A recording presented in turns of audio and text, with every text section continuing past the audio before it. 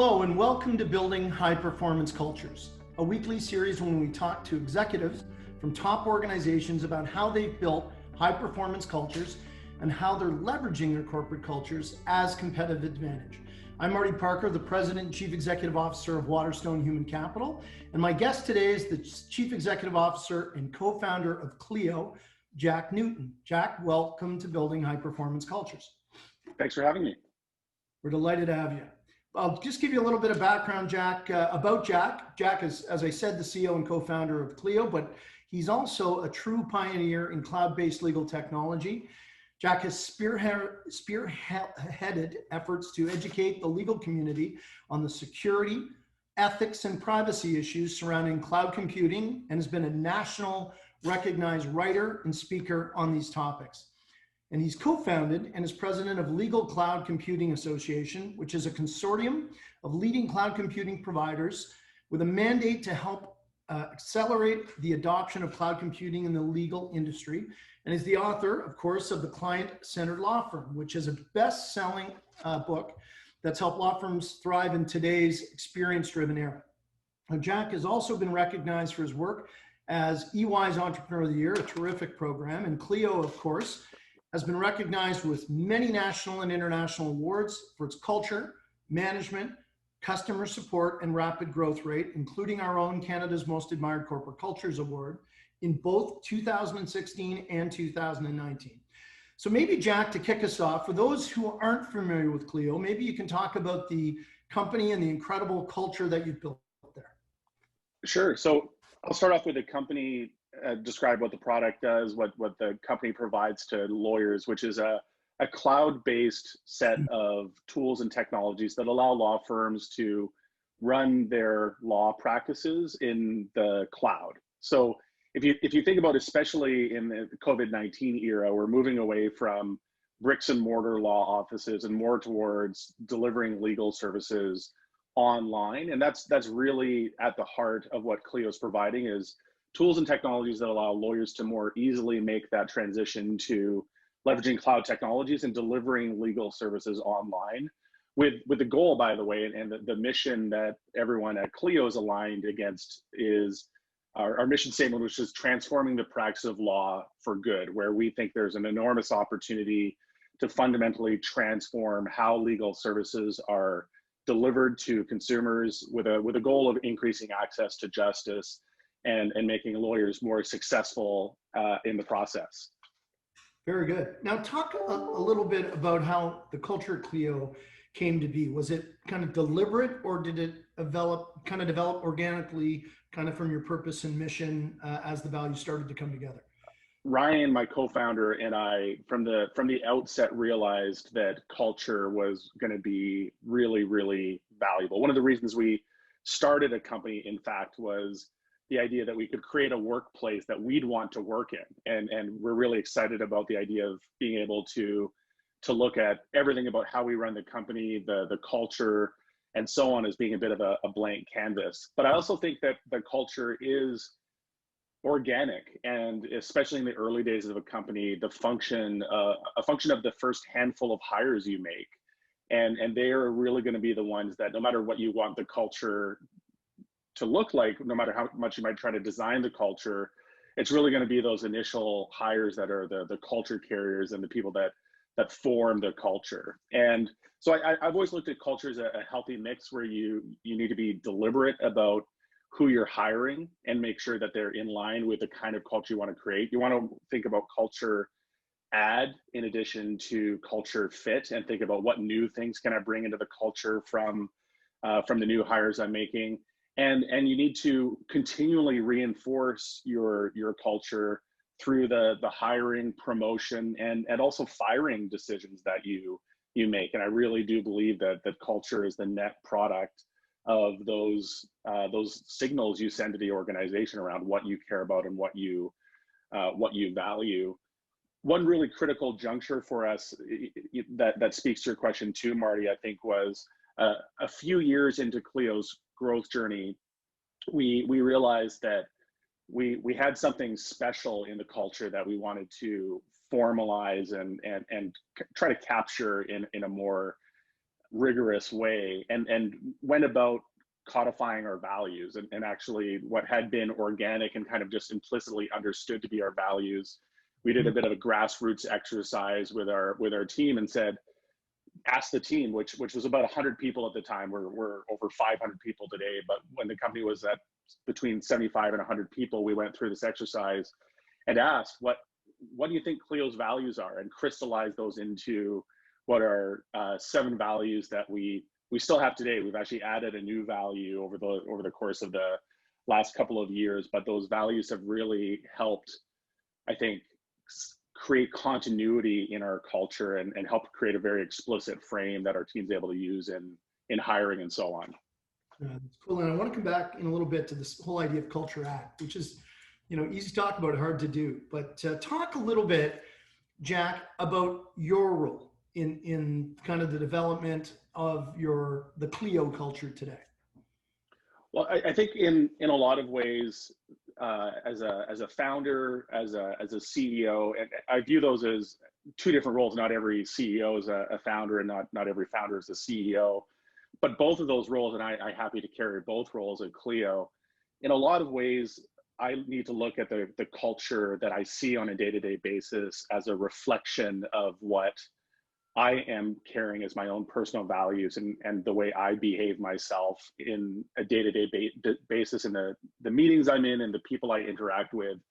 So I'm very conscious of the weight that carries with the organization, and the very direct role and the very intentional role that I should play in helping set the bar for what culture looks like at Clio, what living our values looks like in Clio.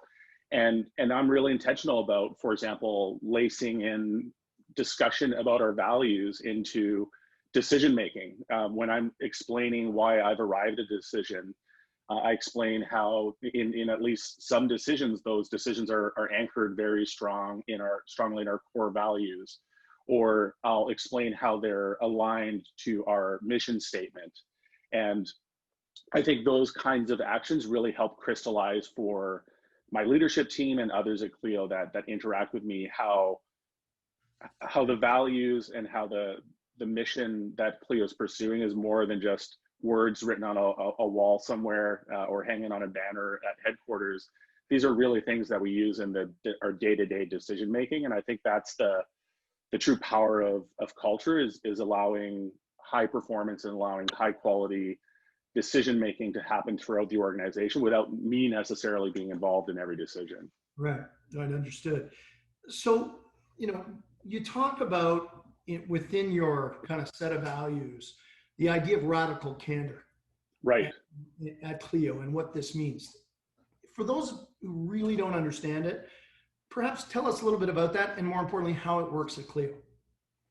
So radical candor is a concept that Kim Scott popularized in her book, Radical Candor. And this is such a foundational book to Clio's culture that we actually give a copy of this book to every new hire at Clio, and reading it as part of your onboarding process. And we really think that this concept of radical candor, which to crystallize in a nutshell is really the concept of giving honest and actionable feedback in a respectful manner. And this might be, by the way, hard to hear feedback for the person you're giving it to. And the idea is that, in the same way a best friend can tell you something that is maybe catastrophically hard for you to hear, but foundationally important to you improving as a human being, we should aspire to be able to give the same kind of feedback in a corporate setting, in a professional setting, because that's how we help each other improve. And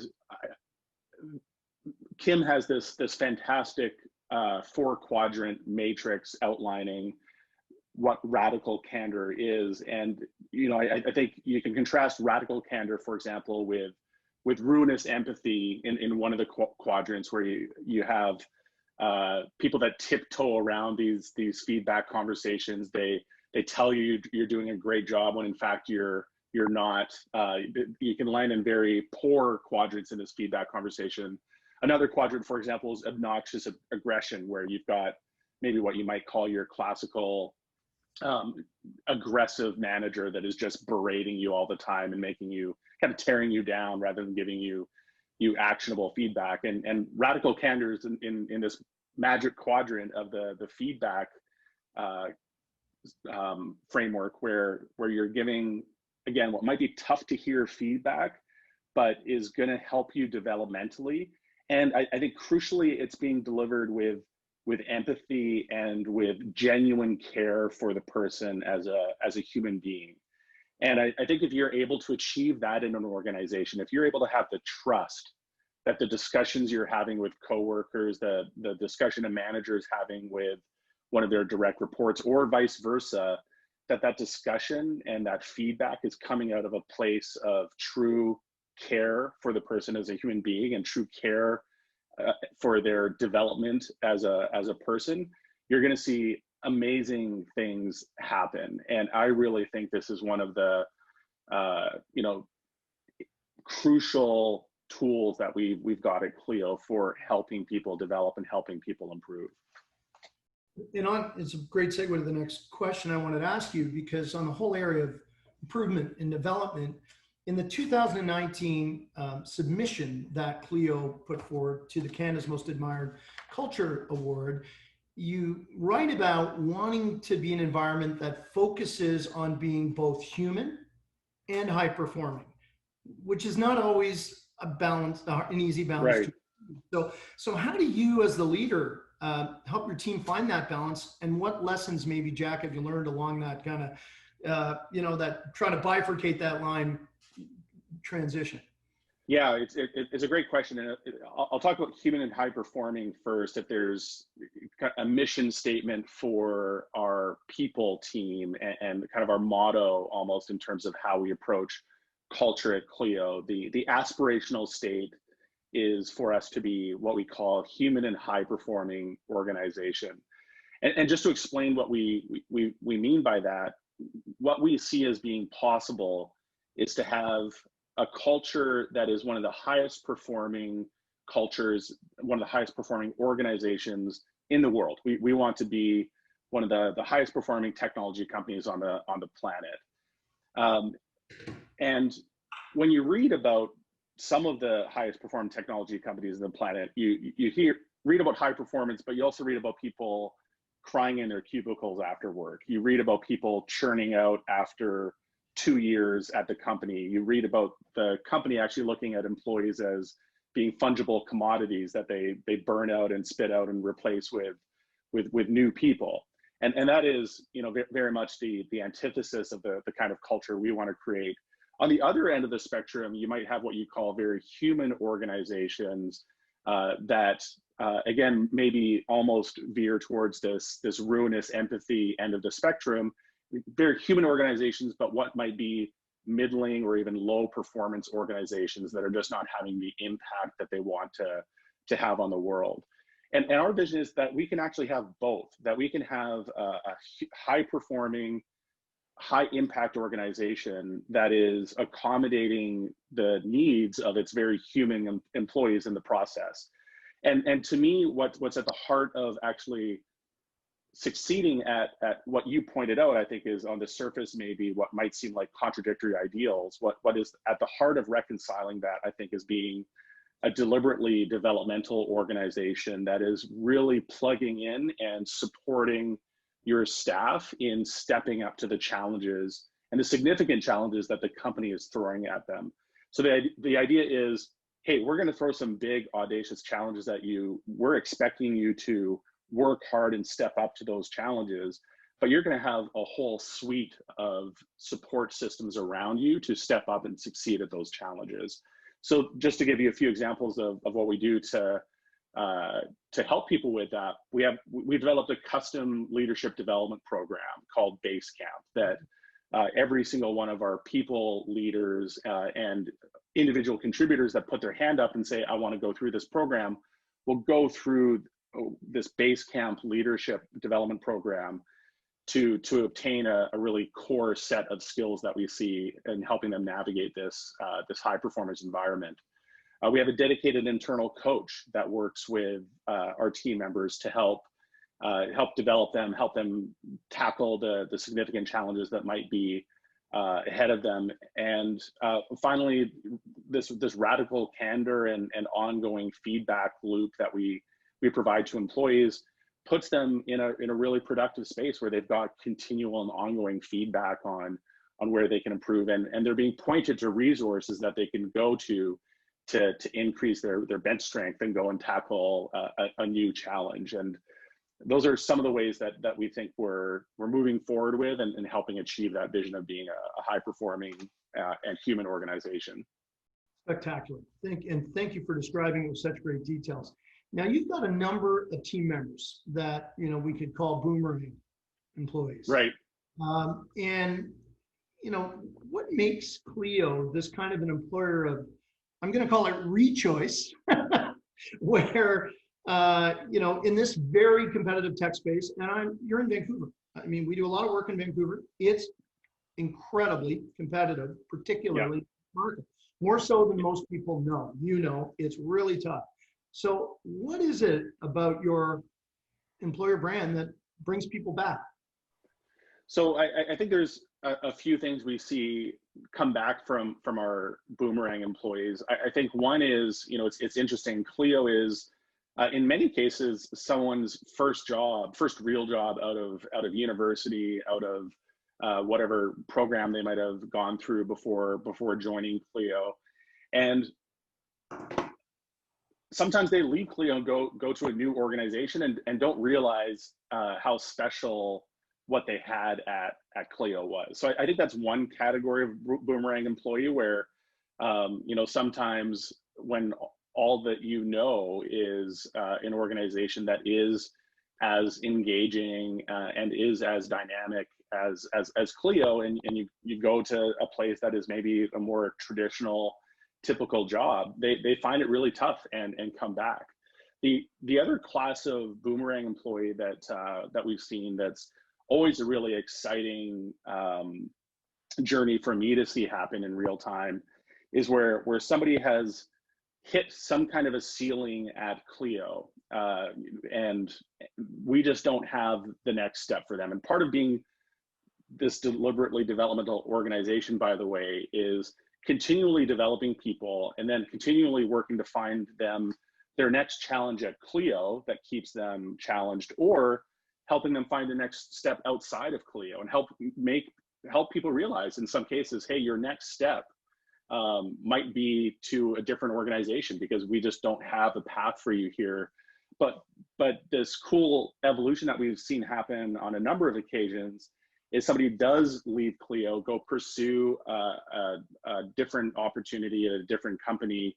Clio continues to grow, and all of a sudden has a new role, a more senior role, more challenging role for that person to come back to after they've gone and gained a bunch of new experience and some new capabilities and a new perspective at a different employer. So it's one of the greatest things I think that we can provide as an organization. And by the way, one of the reasons that I think continuing to be a growth organization is so important is that you are opening up those new challenges continually, and you're able to offer new challenges to existing employees, and you're able to continually bring in new opportunities for those Boomerang employees that can bring in some new perspectives and new skill sets to the organization.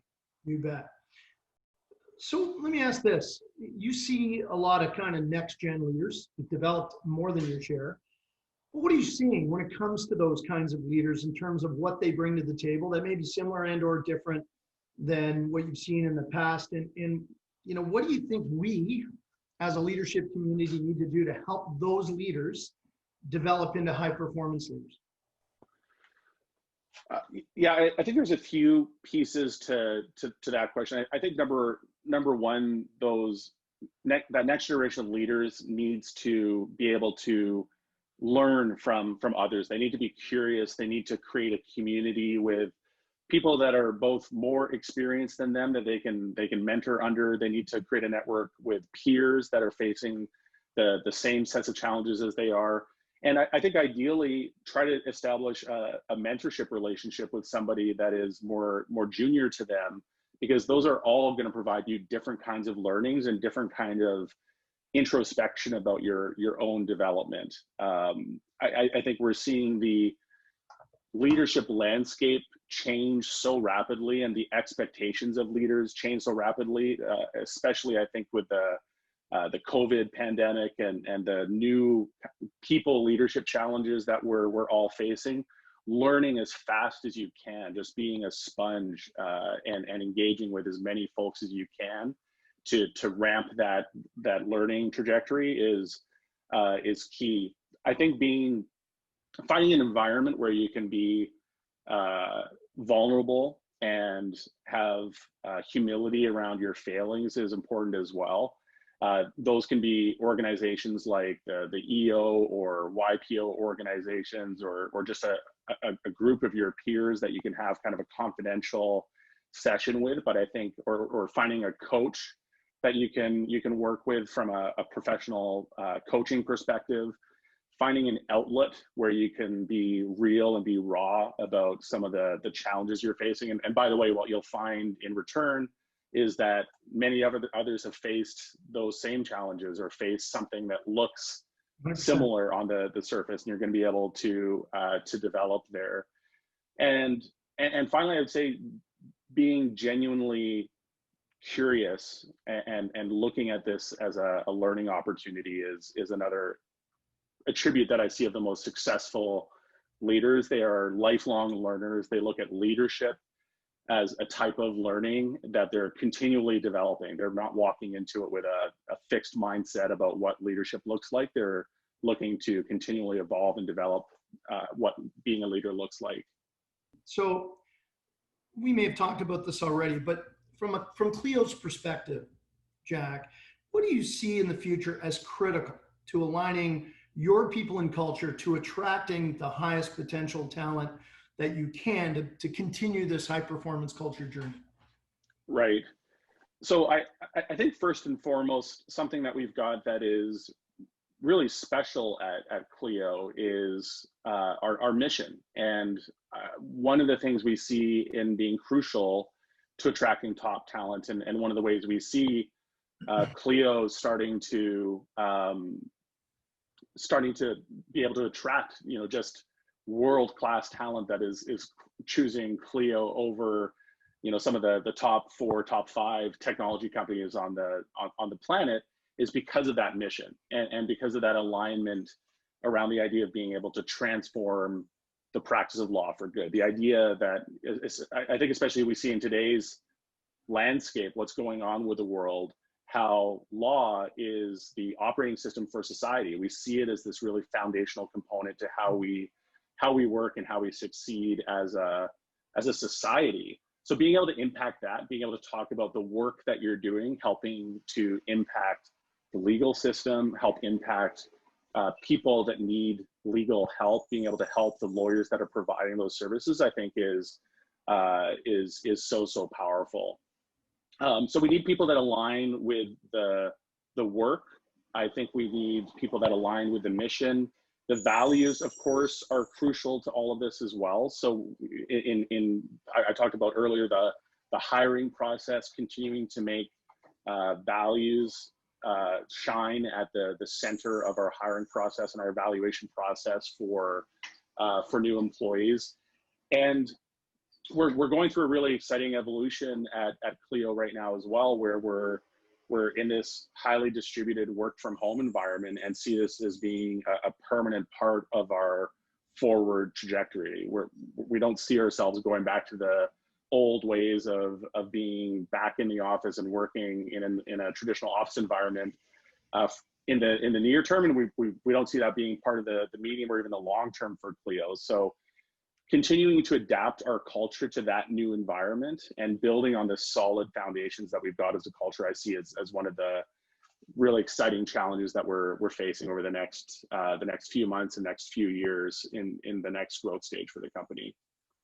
And my last question for you, Jack, and that is, if you're mentoring or talking to an up and coming, could be an entrepreneur, could be a professional, what's the one piece of advice you'd give them to help them along their kind of high performance leadership team culture journey?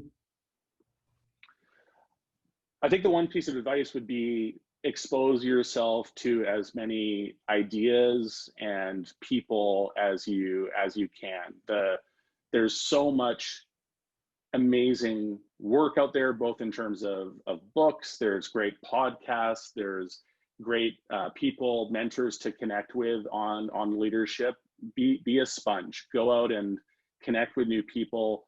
Reach out to leaders that you admire in the community. And I think one attribute of great leaders is they're willing to give back. You might be surprised if you Amazing. cold email somebody and say, I admire you and I'd love to learn about how you've built the culture of your organization. You'll get a response from a lot of great leaders that want to engage with you on that front. So I would say be bold, be curious, and expose yourself to new ideas.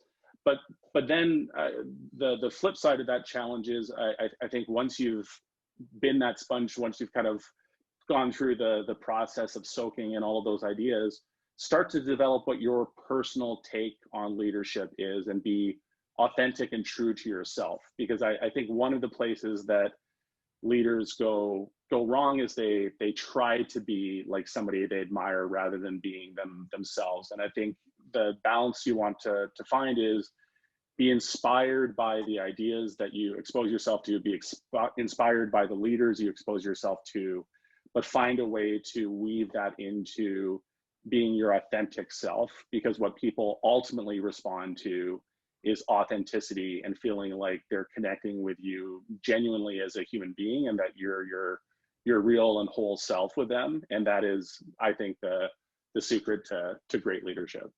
Well, Jack, and you started as you finished, with the whole concept of authenticity, because you're so authentic. And this concept of radical candor, being human and high performance, as well as being real and raw, starting with your own vulnerability, creating this environment of psychological safety, is something that I think you figured out not recently, but some time ago. And it somehow feels to me, right from when I read your first submission in 16, that you're on this journey to find every best practice that you can. And you can do that authentically. You can do that, but I think you've made it at the center of your business model. Right. So, yeah, that's fair. Right. And we've gotten there too, because Canada's Most Admired has brought us there. But you got there on your own. And that is really a true definition of authenticity. And that journey is going to, I think, take you to wonderful destinations. So I want to thank you sincerely for being our guest today. And please join us next week for another episode of Building High Performance Cultures. And in the meantime, if you want to learn more about the topic, please go to waterstonehc.com.